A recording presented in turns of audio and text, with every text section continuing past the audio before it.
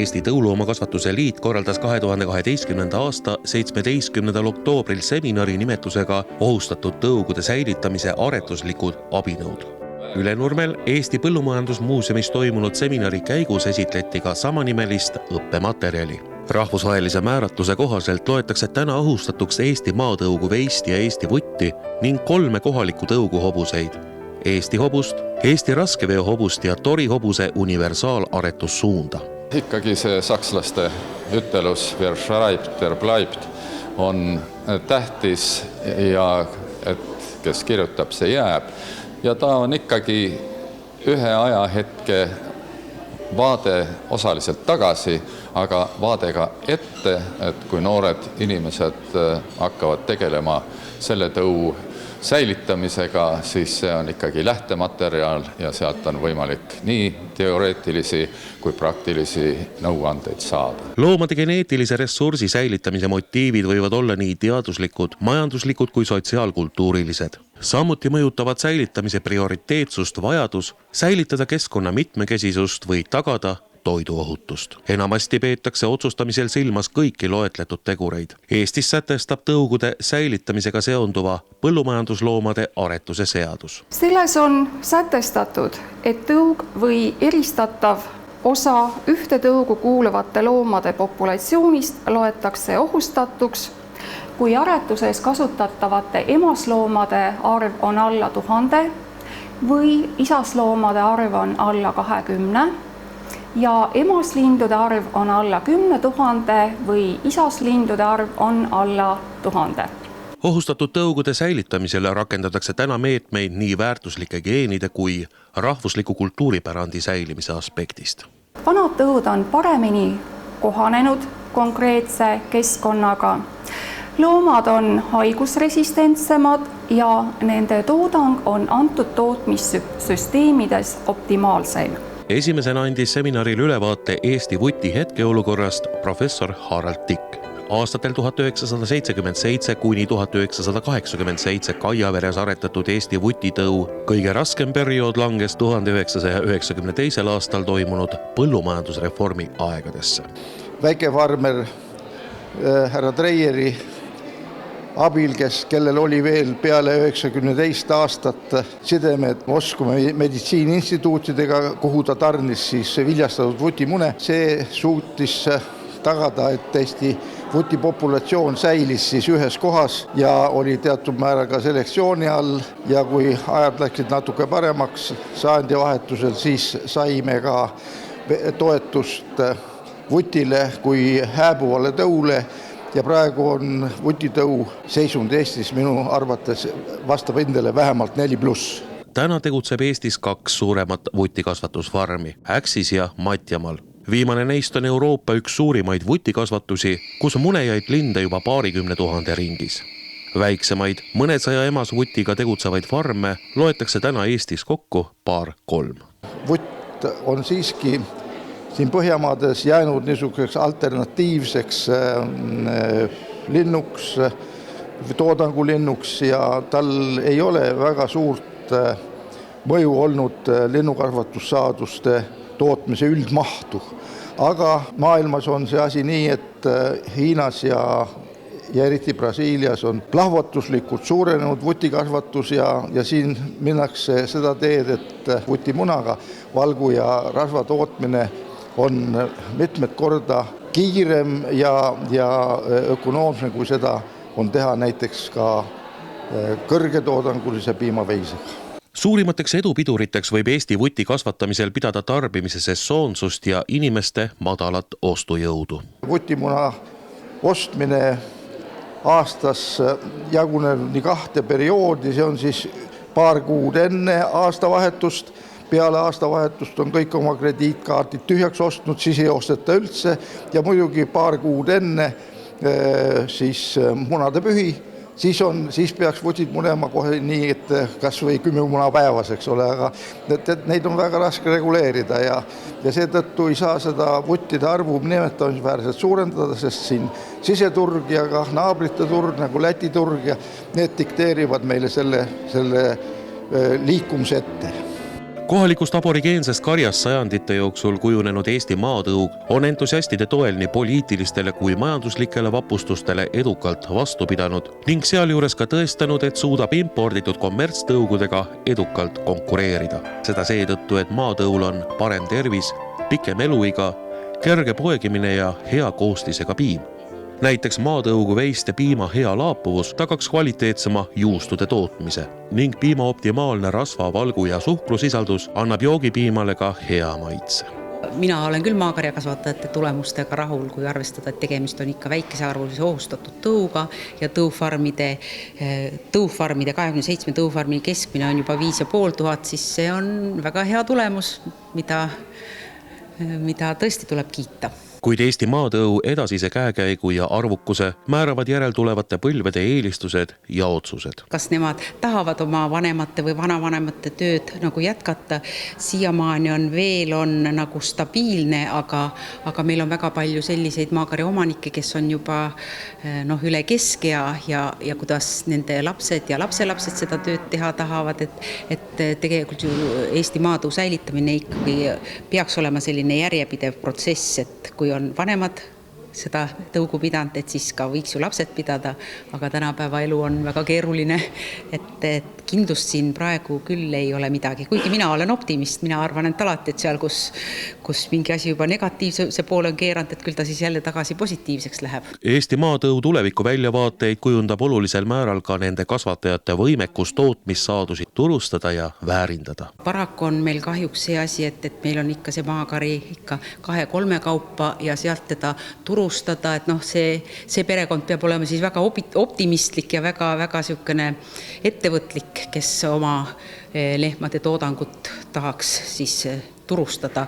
Aga eks tegelikult terve Euroopa Liit läheb sinnapoole, et ikka rohkem seda kodumaist ja rohkem mahetoodet tarbida, sest et nagu on ju näha, et mitte ainult välismaal, vaid ka meil suureneb järjest allergikute arv, et sellistele inimestele on kindlasti vaja oma kodumaist ja puhast toitu. Kui aasta tagasi oli maakarjakasvatajate seltsis suurimaks mureks kasvatajate passiivsus jõudluskontrollis osalemisel, siis tänavu suunab seltsi tegemisi kõige enam uue säilitusprogrammi ja aretusprogrammi koostamine, mis tuleb veel selle aasta lõpus vastu võtta. Maakarjakasvatajate ridadesse loodab selts täiendust ka arvukate näituse külastajate seast. Kui inimene näeb, et meil on maakari ilus, armas ja ka arenemisvõimeline olnud, et miks mitte suurendada, mitte ainult nüüd maakarjakasvatajad, vaid see on ka üleskutse nüüd meie kommertstõugude pidajatele, et miks mitte näiteks Holsteni või punase karja kõrval ei võiks olla ka 4-5 pealine maakari. Kui enne teist maailmasõda oli Eestimaal 20 000 maatõugu veist, siis tänaseks on nende populatsiooni suurus circa 1400 isendit. Ohustatud tõud on osa meie kultuuripärandist. Nad on väga olulised ka toiduohutuse tagamisel ja ka keskkonna säilitamisel.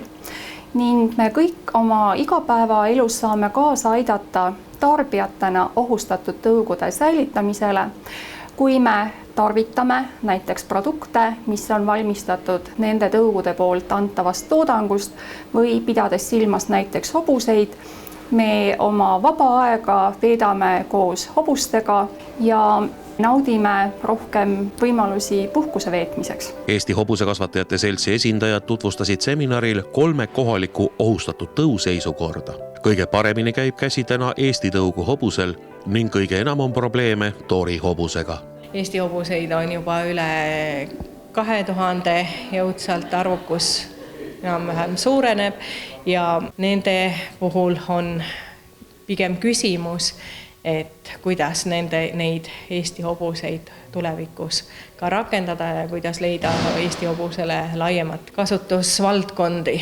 Eesti raskeveehobune jätkuvalt üle 300 hobuse küll, aga jätkuvalt ligilähedane ikkagi oma populatsiooniga kriitilise populatsiooni suunas ja Eesti raskeveehobust aitavad ja toetavad kindlasti aktiivsed kasvatajad, et kõige rohkem on seal sellist huvi ja tõug on laienenud üle Eesti.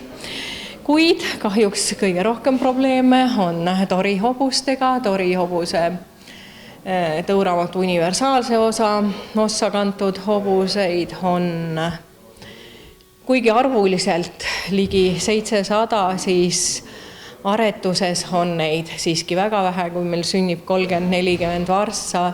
See on kriitiline varssade sündimise arv ja loodame, et viimasel aastal nüüd toimub ka pööret, kuigi praegu oleme situatsioonis, kus olukord säilitus- ja aretusprogrammide täitmise osas on etteheited Veterinaar- ja Toiduametil Eesti Hobusekasvatajate Seltsile ja tuleb programmid uuesti esitada koos muudatustega ning loodame, et olukord laheneb, et ei jätkuks situatsioon, kus torihobuse tõuraamatu pidamine on peatatud. Hobusekasvatajate hinnangul on tekkinud probleemid aga pigem inimlikud ambitsioonid kui tõuaretuslikud argumendid. Selle aasta veebruaris, kui seltsi ettepanek oli moodustada torihobuse komisjon ja leida siis selline konsensus erinevate asutuste vahelise koostööna, et oleks haaratud ministeerium, Maaülikool, aretajad, ka aretajad, kes soovivad veidi teistmoodi kasvatada torihobust, et kõikide arvamust küsitakse, sellele öeldi ei peetud vajalikuks, moodustati ajutine torihobuse komisjon, mis vastas siis ettekirjutatud küsimustele. Töö oli nii-öelda avalikkusele mitte suunatud, aretusprogrammi komisjoni liikmetele ei antud, hobuseid lihtsalt vaadati üle. Et juba see protsess on kergelt öeldes nagu õõvastav, et aretustöös sellist tegevust ei peaks toimuma. Aga VTA peadirektor Ago Pärtel langetas 4. juunil otsuse, et torihobuste tõuraamatus on uus aretussuund, torihobune vanatori suund ning meil oli võimalus seejärel tutvuda meile saadetud aretusprogrammiga ja vastavalt põllumajandusloomade aretusseadusele me leiame, et tunnustatud aretusprogramm on vastuolus originaaldõuraamatu aretus- ja säilitusprogrammiga toritõugu hobustele. Oma otsusega seadis riik seega kahtluse alla ka kriteeriumid, mida ohustatud tõugude kaitsmisel üldiselt arvestatakse. Ja enamasti võetakse aluseks siis emasloomade arv selles tõuspopulatsioonis ja ohustatud tõugudeks loetakse, kui siis suurloomadel, hobustel, veistel on emasloomi alla 1000. Juba kriitiliseks loetakse, kui emasloomade arv langeb 100-ni ja see on päris arusaadav, et see on suur probleem ja see väike suund, mis nüüd taheti eristada, ongi alla 100, nii et meelega tunnustame kriitilise kogumi olemasolu Eestis ja peame seda õigeks. Ohustatud tõugude seminari päeval oli torihobuse saatus veel Tallinna halduskohtu vaagida. Mõni päev enne halduskohtu istungit peatas Veterinaar- ja Toiduamet Eesti Hobusekasvatajate Seltsi tunnustuse torihobuse tõuraamatu pidamiseks. Kuid 1. novembril välja kuulutatud otsusega luges kohus õigustühiseks riigipoolse jõudemonstratsioonina mõjunud Veterinaar- ja Toiduameti otsuse, mis lubas poolitada torihobuse tõuraamatu pidamise. Kuid ka Eesti hobuse ja Eesti raskeveohobuse edendamisega käib tõsine töö. Eesti raskeveohobuseid tutvustatakse nii näitustel kui arvukatel hobupäevadel. Mõnevõrra võiks raskeveokasvatajad veel rohkem oma hobustega nii-öelda tööülesandeid tulla täitma, et me tahame juba väga aktiivselt osaleda näitustel ja see, et kui meil 10 aastat tagasi oli 1 või 2 mära noorhobuste näitusel, siis nüüd on 6 või 7 või 8 ja käib tõsine konkurents ja igaüks tahaks parim olla. Eesti tõugu hobuse varssade sünd saavutas haripunkti 2008. aastal, mil tuli ilmale pea 1,500 varssa. Tänaseks on tasakaal leitud ja Eesti Hobusekasvatajate Seltsi soov on, et Eesti hobune leiaks rohkem kasutusvaldkondi. Sel aastal korraldas Eesti Hobusekasvatajate Selts 2 aastat kurgi all Eesti hobuse päeva, siis kui on selline hea aura ja kõik alad, mida Eesti hobusega ratsaspordi, ponispordi aladel teha saab, et siis see tõesti annab jälle südamesse jõudu, et Eesti hobune on võrdväärne teiste nii-öelda parimate poniklassi hobustega ka Euroopas. Tingimusi, mida ohustatud tõugude säilitamisel tuleb arvestada, võib mõne loomaliigi puhul ajalooliste realiteetide tõttu ka ülemäära rangeteks pidada. Kuid see on ka ainuke võimalus säilitada nende geenivaramut võimalikult mitmekesise ja elujõulisena. Selleks, et tõugu kanda ohustatud tõugude loetellu, peab see tõug olema ajalooliselt Eesti päritolu.